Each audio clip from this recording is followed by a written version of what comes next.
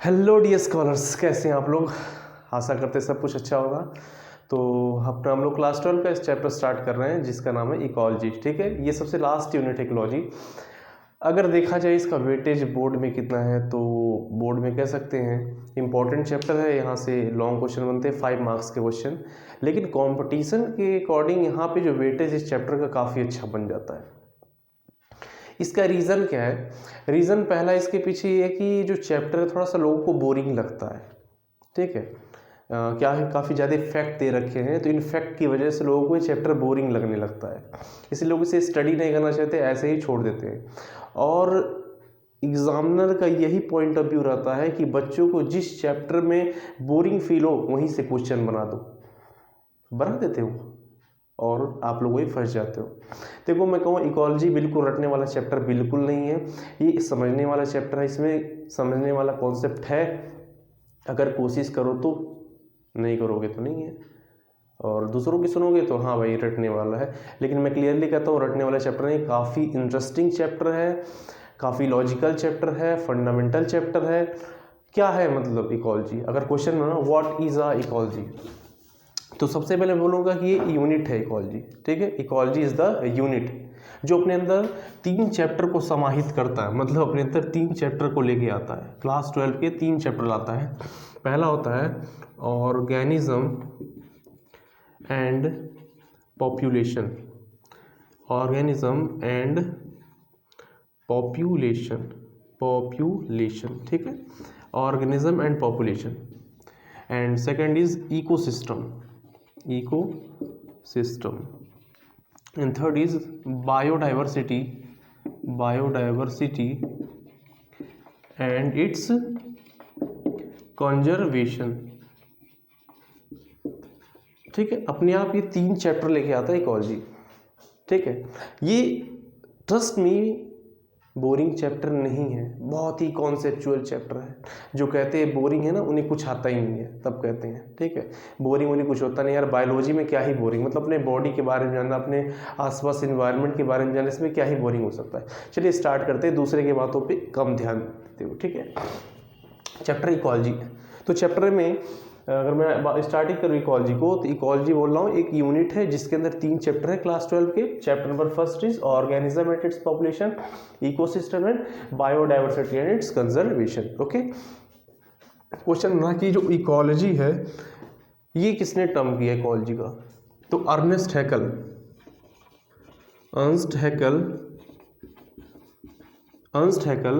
Termed ecology बोलिए, ठीक है, इन 1866। 1866 में सबसे पहले अर्नेस्ट हैकल नाम के साइंटिस्ट थे जिन्होंने इस टर्म इकोलॉजी का इस्तेमाल किया। ठीक है, इकोलॉजी वर्ड का इस्तेमाल किया। अगर हमसे पूछा जाए व्हाट इज अ इकोलॉजी, तो क्या आप जवाब देंगे? ठीक है, तो मैं तो सिंपल कहूँगा इंटरेक्शन। इकोलॉजी है क्या? इकोलॉजी या इकोलॉजी है क्या? तो एक्चुअली क्या है, लॉजी मीन्स होता है स्टडी, और इको वर्ड ओइकोस से आया है, और ओइकोस मीन्स होता है हाउस। आप घर में रहते हो तो घर में सभी सामानों से किस प्रकार इंटरेक्शन रखते हो, किस तरह इंटरेक्ट करते हो चीज़ों का, किस तरह आप उसको इस्तेमाल में लाते हो, यही तो है इकोलॉजी। मेरे पास ये मार्कर है, किस तरह मैं इसका इस्तेमाल कर रहा हूँ? लिखने के लिए कर रहा हूँ। मेरे पास ये टोपी है, किस तरह इसका इस्तेमाल कर रहा हूँ? पहनने के लिए कर रहा हूँ। मेरे पास ये बोर्ड है, किस तरह इस्तेमाल कर रहा हूँ? इस पर लिखने के लिए। मेरे पास फ़ोन है, किस तरह इस्तेमाल कर रहा हूँ? कॉलिंग के लिए कर रहा हूँ। मेरे पास कैमरा है, किस तरह कर रहा हूँ? वीडियो शूटिंग के लिए कर रहा हूँ। मेरे पास ट्राइपॉड है, किस लिए कर रहा हूँ? ऑब्वियसली भाई स्टैंड के लिए। मेरे पास लाइट लगे हुए यहाँ पे, किस लिए कर रहा हूँ? क्योंकि मुझे लाइट चाहिए। तो हमारे आसपास जो भी चीज़ें हैं उनसे किस तरह इंटरेक्शन करते हैं। ठीक है, ये जो इंटरेक्शन, यही तो इकोलॉजी है। ठीक है, ये क्या है? ये इंटरेक्शन एक तरह का। ठीक है, ecology is the study of interaction. अब यही जानना है कि ये इंटरेक्शन किसके किसके बीच का है। तो ये इंटरेक्शन कोई एक लिविंग ऑर्गेनिज्म का इसके इन्वायरमेंट के साथ है। तो किसी भी लिविंग ऑर्गेनिज्म के इन्वायरमेंट के साथ किस तरह इंटरेक्शन होता है, इसी का स्टडी ही इकोलॉजी होता है। किसी भी लिविंग ऑर्गेनिज्म का अपने इन्वायरमेंट के साथ कैसा इंटरेक्शन होता है, किस तरह इंटरेक्शन होता है, इसके स्टडी को ही बोलते हैं इकोलॉजी। इकोलॉजी क्या है? The study of relationship between living organism and its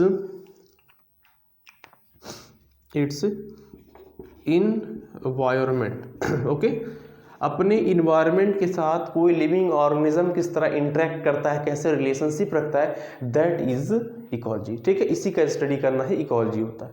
अब क्वेश्चन बना कि हमारा ये जो इन्वायरमेंट है ये तो नॉर्मली इतनी आसानी से डिफाइन नहीं हो सकता, क्योंकि हमारे इन्वायरमेंट में बहुत कुछ चीज़ें होती हैं। तो हमारे बायोलॉजी के जो रामदेव मिश्रा हैं, ठीक है, एक बहुत ही फेमस बोल सकते हैं साइंटिस्ट रामदेव मिश्रा, इकोलॉजी में इनका बहुत बड़ा रोल रहा। ठीक है, इंडियन अगर बोले फादर कौन इकोलॉजी के तो रामदेव मिश्रा हैं, उन्होंने PhD इसके ऊपर किया है। ठीक है, तो उन्होंने बताया कि जो इन्वायरमेंट है इसको आप दो फैक्टर में तोड़ लीजिए। ठीक है, क्योंकि इन्वायरमेंट में दो ही लोग रहते हैं, एक तो लिविंग होते हैं, एक नॉन लिविंग होते हैं। और जो आपके लिविंग हैं उनको ही बोलिए आप बायोटिक फैक्टर, और इस इन्वायरमेंट में जो नॉन लिविंग है उससे बोलिए एबायोटिक फैक्टर। फिर मैंने उनसे पूछा कि बायोटिक फैक्टर में किस किस को इंक्लूड करूं, तो उन्होंने कहा बच्चा आप बायोटिक फैक्टर में एनिमल को इंक्लूड कर लो, तुम्हारा ना मन भरे तो प्लांट को इंक्लूड कर दो, अभी मन नहीं भरा तो भाई जो तुमको बीमार करते हैं बैक्टीरिया वायरस को भर लो, मतलब माइक्रो ऑर्गेनिज्म को भर लो। ठीक है, ये सभी आपके क्या हो जाएंगे? Biotic factor. एनिमल मतलब हम लोग आपस में कैसे इंटरेक्ट करते हैं। ठीक है, प्लांट मतलब आप लोग जानते होंगे पेड़ खाने के लिए हमको देते हैं, हमारा खेती होता है भाई। ठीक है, माइक्रो ऑर्गेनिज्म सबसे अच्छा तो पीने के लिए दारू बनता है, ईस्ट का इस्तेमाल करके, खाने के लिए दवाइयाँ बनती हैं। ठीक है, माइक्रो ऑर्गेनिज्म का इस्तेमाल करके, और सबसे और अच्छा बात बोले तो हमें बीमार होने के लिए भी माइक्रो ऑर्गेनिज्म का इस्तेमाल करना पड़ता है। Example is bacteria, virus etcetera. ठीक है, अब बात है ए बायोटिक फैक्टर में कौन कौन आएगा। देखिए, ए बायोटिक फैक्टर के अंदर आपके आएंगे जैसे हो गया वाटर, ठीक है, लाइट, टेम्परेचर। अब बताइए इसके अंदर कोई लिविंग सेंस है क्या? लेकिन इस्तेमाल में आता है सॉइल। ये सभी क्या है? ये सभी आपके हैं ए बायोटिक फैक्टर। ठीक है, तो इन सब के साथ कैसा इंटरेक्शन हमारा रहता है, दैट इज योर इकोलॉजी। इन्हीं का स्टडी इकोलॉजी है। Trust me, it is not a boring chapter. Okay, so right it. और मैं कैमरे का फ्रेम चेक कर लूँ। ठीक है, तो एक बार आप नोट कर लीजिए। तो इसे मैं कैमरे का फ्रेम चेक करके आता हूँ। Okay, all right, perfect. अब तो मैं बता दी ना आपको इकोलॉजी के बारे में। चलिए इसको मैं रेफर करूँ क्या? तो अगर आपसे कोई कहता है कि it is a boring chapter, इसे छोड़ दो, तो आप उसे कहिए ठीक है भैया हम छोड़ देंगे, कोई दिक्कत नहीं। एक बार मुस्कुरा दीजिए उनके सामने। ठीक है, लेकिन मन में इस बात को रखे रहिए, it is not a boring chapter, आपको समझाने वाला कोई बेटर चाहिए। ठीक है, चलिए मैं लर्न करा दूँगा आपको इकोलॉजी। सबसे पहले किसने दिया?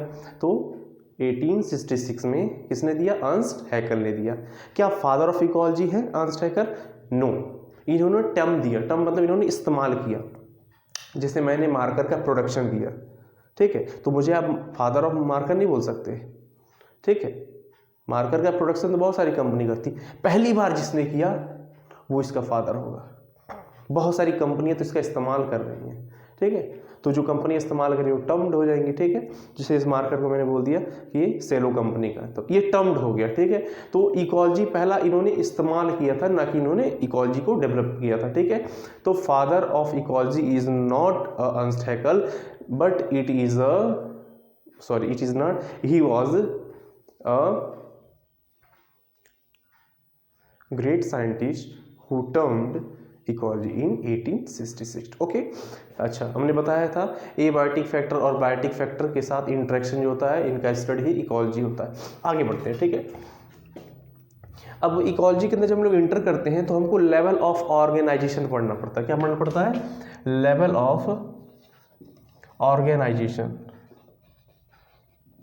जैसे यहाँ पे जो ऑर्गेनिज्म बने हुए हैं उनका ऑर्गेनाइजेशन क्या है, मतलब कैसे कैसे वो बने हुए हैं। ठीक है, उनके छोटे छोटे कंपोनेंट जो इतने बड़े हो गए हैं कैसे बने हुए हैं। तो देखिए सबसे पहले इस जो वर्ल्ड में आया वो माइक्रो एंड मैक्रो मॉलिक्यूल आया, माइक्रो या फिर मैक्रो मॉलिक्यूल्स आए। जब ये मॉलिक्यूल्स आपस में इंटरेक्ट किए तो इनके इंटरेक्शन से क्या बन गया, इनके इंटरेक्शन से बन गया सेल। ओके, सेल भी आपस में इंटरेक्ट करेंगे, इंटरेक्शन से क्या बनाती है, टिश्यू। ठीक है, टिश्यू भी आपस में इंटरेक्ट करेंगे, क्या बना देंगे, ऑर्गन। और ऑर्गन भी आपस में इंटरेक्ट करा देंगे और क्या बन जाएंगे, ऑर्गन सिस्टम। हाँ जी, और जैसे ही ऑर्गन सिस्टम का आपस में इंटरेक्शन होता है बनते हैं ऑर्गेनिज्म। ठीक है, अब आपसे पूछा जाए कि लेवल ऑफ ऑर्गेनाइजर कितना होता है, तो मैं बोलूँगा जी 4 लेवल, 4 लेवल होते हैं। ठीक है, ये तो छोटे से लेवल है। ठीक है, हमारे जो लेवल स्टार्ट होते हैं वो यहाँ से स्टार्ट होते हैं ऑर्गेनिज्म से। ठीक है, तो सबसे पहला कौन आता है, ऑर्गेनिज्म आता है, ऑर्गेनिज्म आता है। इसके बाद कौन आते हैं, ओपी। कहते हैं ना भाई तू बहुत ओपी खेल रहा है। ठीक है, ओपी, पी फॉर पॉपुलेशन, ओ से ऑर्गेनिज्म और पी फॉर पॉपुलेशन, पॉपुलेशन। ठीक है, तो ऑर्गेनिज्म से क्या बनेगा, पॉपुलेशन बनेगा। ठीक है, first level of organisation is organism, second is population and third is population से फिर क्या बनते हैं, फिर कम्युनिटी बन जाते हैं। तो हो जाएगी कम्युनिटी। अच्छा जी, कम्युनिटी के बाद क्या बन जाएगा, तो हम बोलेंगे कम्युनिटी के बाद बन जाएगा बायोम। क्या बनेगा, बायोम। ठीक है, कभी कभी एग्जामिनेशन में आया था what is the definition of biome. ठीक है, what is the definition of biome, बताएंगे, कोई दिक्कत नहीं। पहले आपको ये जानना पड़ेगा कि लेवल कितने हैं, तो लेवल कितने हैं, लेवल कितने हैं, 4। ठीक है, लेवल ऑफ ऑर्गेनाइजेशन कितने हैं, 4 मतलब 4। पहला कौन सा है, ऑर्गेनिज्म, पहला कौन सा, ऑर्गेनिज्म। दूसरा कौन सा, पॉपुलेशन, बोलते हैं। दूसरा कौन सा, पॉपुलेशन। तीसरा कौन सा, कम्युनिटी, कौन सा, community. And fourth is biome. Okay, ये 4 लेवल होते हैं। तो जी ये सब क्या है, जी ये सब क्या है ना, ये सब एक जर्नी है, छोटे छोटे ऑर्गेनाइजेशन है, इन पे उतना फोकस नहीं रहता, फोकस हमारा यहीं पे रहता है। लेकिन आप क्वेश्चन करोगे ना ऑर्गेनिज्म कहाँ से आ गया, करोगे ना, तो इसका आंसर है कि इन्हीं छोटे छोटे छोटे छोटे कहानियों बीतती गई और एक नई कहानी आती गई और इस नई कहानी की सब शेर है। तो कितने ऑर्गेनिज्म के लेवल होते हैं, तो 4 होते हैं, organism, population, community and biome. ठीक है, ऑर्गेनिज्म मिलेंगे तो ओपी, पी फॉर पॉपुलेशन बनाएंगे, पॉपुलेशन इंटरेक्ट करके आपस में कम्युनिटी बनाएंगे, कम्युनिटी आपस में इंटरेक्ट करके बायोम बनाएंगे। ठीक है जी, ओके। अब यहाँ पे आता है डिफिनीशन क्या है बायोम का, what is the definition of biome. हम बायोम को डिफाइन कैसे कर सकते हैं, ठीक है, what is the definition of biome. Biome, देखिए बायोम को डिफाइन करने का तरीका क्या है, देखिए एक्चुअली अगर हम बायोम को डिफाइन करना चाहें तो बोल सकते हैं कि the geographical region, geographical region where same kind of vegetation occur। अगर कहीं पे सेम टाइप के वेजिटेशन होते हैं तो उन्हीं को बोलते हैं बायोम। तो the geographical region where same kind of vegetation occur called as biome. Biome further forms biosphere. अब इसके लिए परेशान नहीं होगा कि बायोम होता क्या है। जैसे कि मान लीजिए मैं कोई एक एरिया बोल रहा हूँ, ठीक है, ये कोई एक एरिया बोल दिया, अगर इस एरिया में और यहाँ पे एक एरिया है, ठीक है, और यहाँ बी है, ठीक है, ये 2 एरिया मैंने लिया, एक एरिया ए है और एक एरिया बी है। अगर मैं कह रहा हूँ एरिया ए है, मैं 2 प्लांट का एग्जाम्पल ले रहा हूँ, एक चौसा है और एक कपूरी है। ठीक है, चौसा और कपूरी क्या है, एक आम की वैरायटी है। देखिए अगर यहाँ पे क्या मिला, चौसा मिल रहा है। अगर मैं कह रहा हूँ मेरे पास एक बायोम है, ये मेरा एक बायोम है, तो अगर यहाँ पे एक चौसा प्लांट मिला तो यहाँ भी चौसा मिलेगा, यहाँ भी चौसा मिलेगा, यहाँ चौसा, यहाँ चौसा, यहाँ चौसा, मतलब इस ए के अंदर चौसा मिलेगा, कपूरी एक नहीं मिल सकता। ए के अंदर क्या मिलेगा, चौसा मिलेगा, कपूरी नहीं मिलेगा। मतलब जो चौसा आम का प्लांट है वो सिर्फ ए में मिलेगा, बी में कभी नहीं मिल सकता। तो ये सेम काइंड ऑफ वेजिटेशन है यहाँ पे। लेकिन बी में देखिए मैं कह रहा हूँ यहाँ कपूरी मिल रहा है, तो यहाँ कपूरी कपूरी कपूरी कपूरी कपूरी कपूरी चौसा नहीं मिलेगा, आ रहा है। तो ये हमारा अलग हमारा वेजिटेशन है और ये हमारा अलग बायोम है, ठीक है। तो सेम काइंड ऑफ होना चाहिए, जैसे यहाँ पे सेम काइंड ऑफ होते हैं चौसा चौसा चौसा चौसा, वैसे यहाँ पे कपूरी कपूरी कपूरी। अगर यहाँ पे चौसा है तो कपूरी नहीं मिल सकता, अगर यहाँ कपूरी है तो चौसा नहीं मिल सकता, ठीक है। यही होता है बायोम। और बायोम में आगे क्या बनाते हैं, बायोस्फीयर नीट का क्वेश्चन होता है, ठीक है। ओके, ये होता है डेफिनेशन। अब क्या है ना, हमारे एनसीईआरटी में ग्राफ बना रखा है, ठीक है। एक बार मैं वीडियो को चेक कर लेता हूँ, पता है क्या है, मैं वीडियो रिकॉर्ड करता रहता हूँ, अचानक से कभी कट जाता है क्या, तो एक बार मैं चेक कर लूँ प्रॉपर है कि नहीं, ठीक है। ओके, एक ग्राफ दिया एनसीईआरटी में और लोगों को बहुत कन्फ्यूज़न होता है इस ग्राफ को लेके, ठीक है। चलिए मैं इस ग्राफ को आपको याद करा देता हूँ सीधे, ठीक है। क्योंकि मेरा क्या है ना, जब बायोलॉजी में कुछ चीज़ लर्न नहीं होता है तो उसको ट्रिकी भी बना लेते हैं, ठीक है। एक ग्राफ बना रखा है, ठीक है। ये ग्राफ बनाया है मीन एनुअल टेम्परेचर। एक ग्राफ बना रखा है मीन एनुअल टेम्परेचर जो डिग्री सेल्सियस पे है, और एक बना है इस एक्सिस में मीन एनुअल प्रेसिपिटेशन, ठीक। What is the meaning of precipitation? Precipitation means होता है स्नो, इसको आप बोल सकते हैं स्नो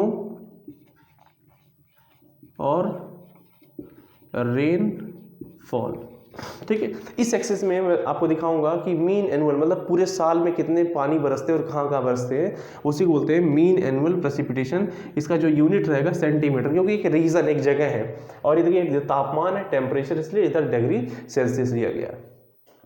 ट्रिक क्या है, 2 खड़े 3 पड़े एक नीचे सड़े, 2 खड़े, देखिए 2 खड़े 3 पड़े, 3 पड़े, पहला पड़ गया, फिर दूसरा पड़ गया, और ये रहा तीसरा पड़ गया। 2 खड़े 3 पड़े और नीचे एक सड़े। 2 खड़े 3 पड़े नीचे एक सड़े। अच्छा, इधर देखिए इस एक्सिस पे जैसे हम बढ़ते चले जाएंगे पानी की बरसने की पॉसिबिलिटी बढ़ती चली जाएगी, ठीक है। आप यहाँ पे देखिए मैं इस जगह पे हूँ, तो इस जगह पे पानी के बरसने की पॉसिबिलिटी बहुत ही कम है। यू नो दैट कहाँ पे पानी कम बरसता है, दैट इज योर रेगिस्तान, मरुस्थल, जहाँ पे एकदम सूखा ही सूखा होता है, यू नो राजस्थान वाला एरिया, बालुई एरिया, कोई पानी नहीं बरसता। इसलिए जो डिजर्ट वाला एरिया होता है, डेजर्ट का जो एरिया होता है, डेजर्ट का जो एरिया होता है, यहाँ पे क्या होता है, पानी नहीं बरसता है। तो यहाँ पे देखिए मैंने क्या किया, इसकी जो वैल्यू है कितना कम रखा है, मतलब इसका कभी पानी नहीं बरसता है। इधर इस एक्सेस में देखिए मैंने पानी दिखाई नहीं रखा है। तो जो ये डेजर्ट वाला एरिया है, ये देखिए ये पानी बरसने की काफ़ी दूर है, और कहाँ पानी बहुत ज़्यादा बरसता है, इधर जाएंगे तो पानी बरसने की पॉसिबिलिटी बढ़ती चली जाएगी। तो एक जगह होते हैं जहाँ पे हमेशा पानी बरसता रहता है, उसका नाम क्या होता है, उसका नाम क्या होता है, ट्रॉपिकल रेन फॉरेस्ट, उसको बोलते हैं। यह है ट्रॉपिकल रेन फॉरेस्ट। एक ऐसा जगह होता है जहाँ पे जिंदगी भर पानी बरसता रहता है, मतलब बहुत पानी बरसता है। मैक्सिमम कहाँ पानी बरसेगा अगर कोई पूछता है, that is your tropical rain forest, okay. अच्छा, डिजर्ट के बाद थोड़ा सा दया किसी को आ जाता है तो फिर कहाँ आता है, हमारे एरिया में ग्रास लैंड जिसको बोलते हैं, जहाँ पे हरा भरा घास पत्ती, क्योंकि देखिए पहले जिंदगी बंजर है और बंजरता थोड़े दिन रहेगी, उसके बाद फिर हरियाली आएगी। तो हरियाली मतलब ग्रास लैंड। जैसे हम लोग बंजर एरिया से ग्रास एरिया में जाते हैं तो वहाँ पे क्या होता है, पानी बरसना शुरू हो जाता है, और पानी बरसने की वजह से वहाँ हरियाली आती है, ठीक है। अब बचा ये क्या है नीचे, इसको बोलते हैं आर्कटिक और नहीं, एंड दी एनसीईआरटी में, एनसीईआरटी का एकदम हम लोग पढ़ा जाएगा, ठीक है। And alpine tundra, alpine